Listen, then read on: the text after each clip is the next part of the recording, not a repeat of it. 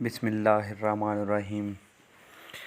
آج ایک بہت دلچسپ واقعہ۔ حضرت موسیٰ علیہ السلام کی والدہ حضرت یوحنا علیہ السلام ایک عظیم خاتون تھی جن کی جانب اللہ تعالیٰ نے وحی فرمائی۔ بعض روایت میں آپ کا نامی گرامی یوکابد بھی ذکر کیا گیا۔ ناظرین گرامی، آپ وہ عظیم ماں تھیں جن کی جانب اللہ پاک نے وحی کی۔ اب یہ وحی یا الہام کی کون سی قسم تھی، یہ اللہ تعالیٰ ہی بہتر جانتا ہے۔ قرآن پاک کی سورۃ طٰہٰ میں اس بات کا ذکر موجود ہے کہ حضرت موسیٰ علیہ السلام کی والدہ پر اللہ تعالیٰ نے الہام کیا تھا۔ آپ کے شوہر اور حضرت موسیٰ علیہ السلام کے والد کا نام عمران تھا۔ آپ نہایت دیانتدار اور پرہیزگار خاتون تھیں۔ جس دور میں حضرت موسیٰ علیہ السلام کی ولادت کی وقت قریب آیا، اس وقت مصر پر فرعون کی حکومت تھی، جو کہ نہایت ظالم اور بادشاہ اور خدائی کا جھوٹا دعوے دار تھا۔ اس وقت خدا کے نام لیوا اس کے محکوم تھے۔ ایک بار اس نے خواب میں دیکھا کہ بیت المقدس کی جانب سے ایک آگ بھڑکے گی جو مصر کے ہر قبطی کے گھر میں گھس گئی، لیکن بنی اسرائیل کے مکانات اس سے محفوظ رہے۔ یاد رہے کہ مصر کے قدیم باشندے قبطی کہلاتے ہیں۔ اس خواب کی تعبیر کی گئی، بنی اسرائیل میں ایک ایسا شخص پیدا ہوگا جس کے ہاتھوں فرعون کی سلطنت برباد ہو جائے گی۔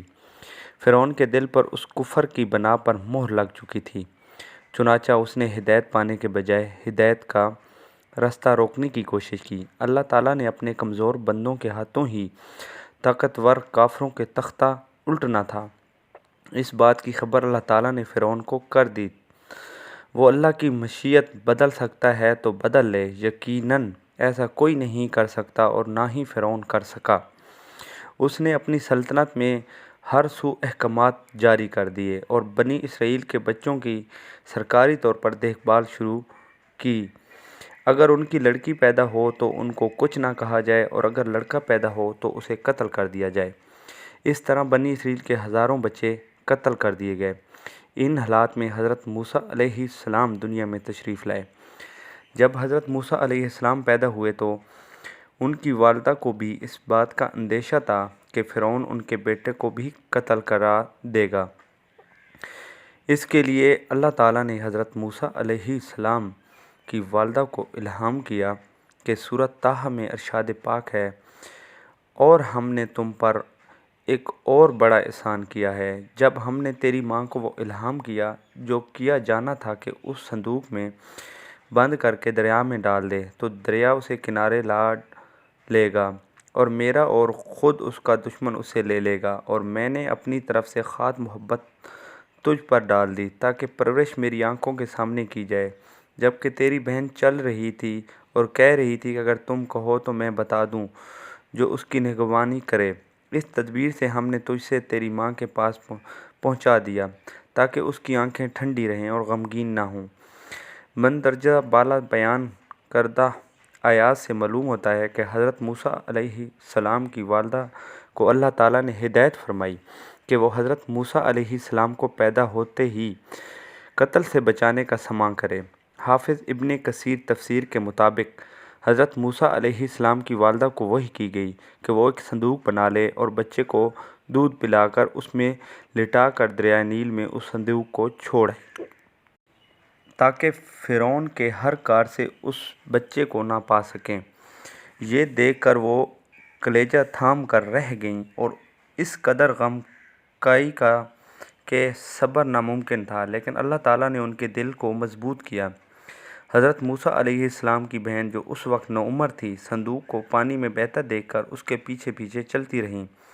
صندوق پانی میں بہتا ہوا فرعون کے محل کے پاس سے گزرا۔ وہاں رہنے والے غلاموں اور کنیزوں نے تجسس میں آ کر اس صندوق کو اٹھا لیا اور صندوق کو حضرت آسیہ زوجہ فرعون کے پیش کیا۔ حضرت آسیہ نے صندوق میں اتنے پیارے بچے کو دیکھ کر خوشی کا اظہار کیا، اور جب فرعون کے پاس اس بات کی خبر ہوئی تو اس کے محل میں ایک پانی میں بہتا ہوا بچہ آیا ہے، تو اس کا خیال آیا کہ یہ وہی بچہ نہ ہو جو بعد میں میری سلطنت کا تختہ الٹے گا۔ اس بنا پر اس نے اس بچے کو قتل کا ارادہ کیا، لیکن اللہ تعالیٰ نے اسے باز رکھا۔ حضرت آسیہ علیہ السلام نے بھی اس عمل کی مخالفت کی۔ حضرت موسیٰ علیہ السلام کو جب محل میں دودھ پلانے کی کوشش کی گئی تو انہوں نے کسی بھی آیا اور دایا کا دودھ نہ پیا۔ اس وقت حضرت موسیٰ علیہ السلام کی بہن بھی قریب تھیں۔ انہوں نے کہا کہ اگر اس بچے کی پرورش کی خاطر معاوضہ دیا جائے تو اس کے لیے ایک گھرانہ، بہت اچھا گھرانہ موجود ہے، اور استفسار کرنے پر حضرت موسیٰ علیہ السلام کی والدہ کا پتہ بتا دیا۔ چنانچہ جب بچے کو والدہ کے سپرد کیا گیا تو بچے نے فوراً ہی ان کا دودھ پینا شروع کر دیا۔ یوں ممتا کو قرار بھی آیا اور اللہ تعالیٰ نے حضرت موسیٰ علیہ السلام کی حفاظت بھی فرمائی۔ حضرت موسیٰ علیہ السلام کی والدہ کو اپنے ہی بچے کا دودھ پلانے کا فرعون کی جانب سے معاوضہ بھی ملتا رہا، اور ایک حدیث مبارکہ میں آیا ہے کہ جو شخص اپنے کام کو کرے اور نیک نیتی سے کرے تو اس کی مثال حضرت موسیٰ علیہ السلام کی والدہ کی ہے۔ حضرت موسیٰ علیہ السلام کی والدہ کو اپنے ہی بچے کو دودھ پلانے کا فرعون کی جانب سے معاوضہ بھی ملتا رہا۔